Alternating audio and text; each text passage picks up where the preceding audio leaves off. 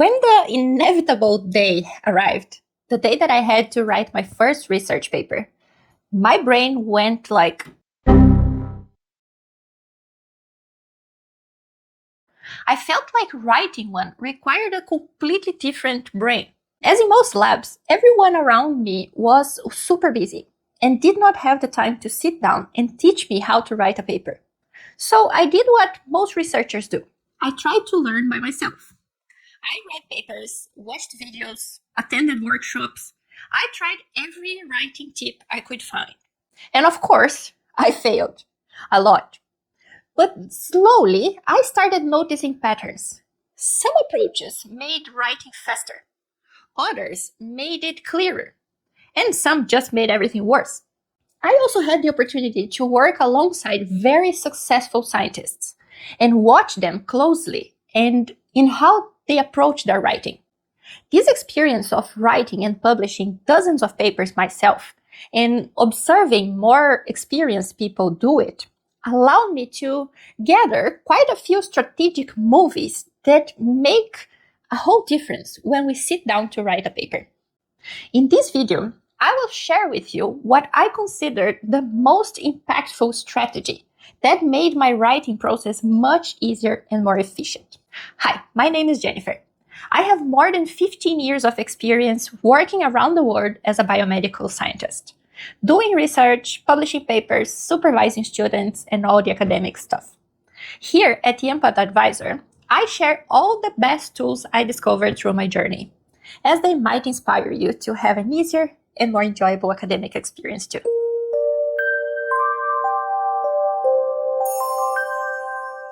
The most important thing I learned was that writing a paper the way you did the research is not the same as telling the story of your research. The research process is usually messy, full of detours, late nights, failed experiments, and last-minute changes. But your research story needs to be clear, logical, and compelling. It needs to lead somewhere. And yet, most researchers still try to write papers chronologically. They open a blank Word document and start with the introduction, telling the readers what motivated that study months, usually years ago. Which sounds obvious. After all, the introduction is the first section in every paper. And you probably had a very logical reason to start that research in the past. However, we all know that science doesn't behave quite like we expect it to. Experiments fail, challenges happen, and make us change directions of projects. Results just love to show us very clearly that our initial hypothesis was 100% wrong. Therefore, the final story we have to tell in a paper is almost always quite different from what we had planned. So when you start a new paper and don't know what the final message is yet, how can you frame the background and introduce the story properly? Have you ever tried to put together a puzzle without seeing the picture on the box? What happens is that you can guess and randomly play with the pieces for hours or days. But it's only when you see the final image that everything makes sense. You finally know where to start and which pieces go where.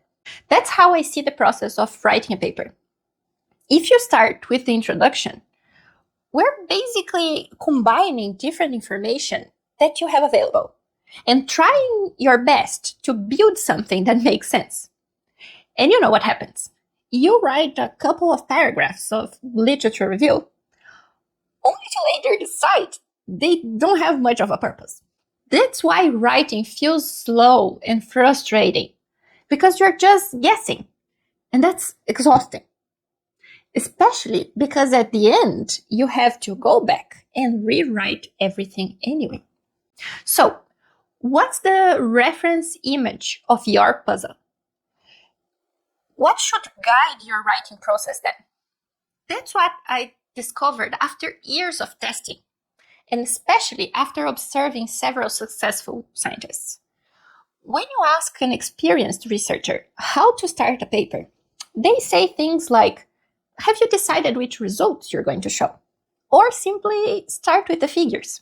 Your final puzzle image comes from your results.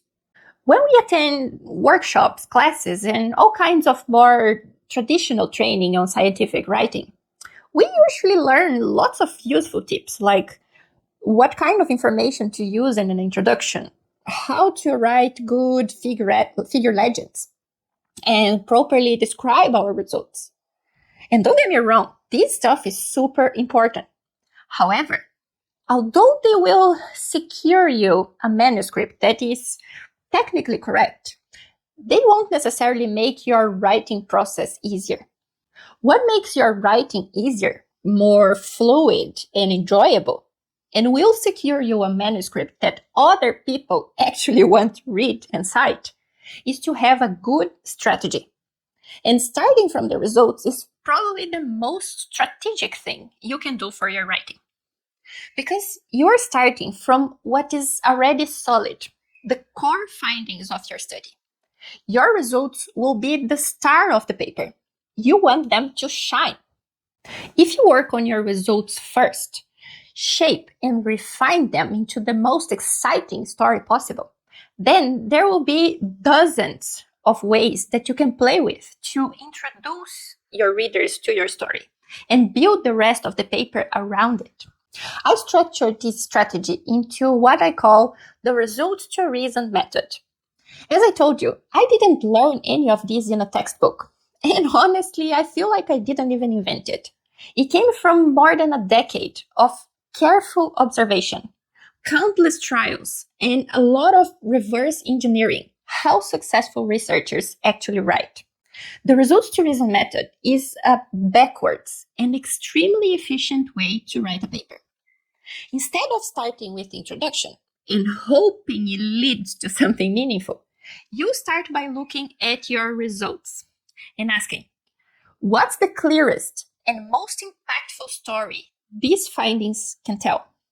And from there, you can shape your discussion and explain what these results mean, your methods to explain how you got to these findings, and finally, your introduction, the reason behind your story, where you will offer a concise and intentional background that actually supports and justifies your results story. You start writing from the end, which is where the most impactful part of the story belongs. And then, by the time you reach the beginning of the paper, you already know exactly where this is going. If you think this strategic way of writing would make your life easier, please check my online course called Your Science, Your Legacy. It guides you through all the technical aspects of scientific writing, but most importantly, all the strategic decisions that make writing and publishing a paper much easier and more efficient. I'll leave the link in the description and in the comments if you want to check. Most of the scientists that I know who publish a lot and are frequently cited follow a similar process for writing their papers. They know that just writing technically and checking all the boxes isn't enough to get them noticed. It won't help their ideas spread, lead to more citations, recognition, or even just clarity.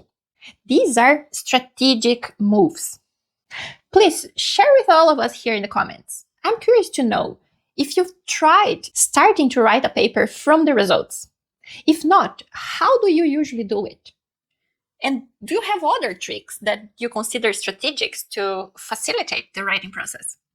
If this video helped you, consider stopping wasting time and just jumping straight to your results section.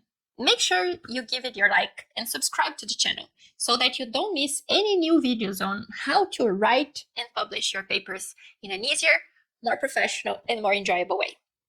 And if you're interested in learning how to tell a connected and compelling story through your entire paper, I teach you how to do it in this other video here. Check it out.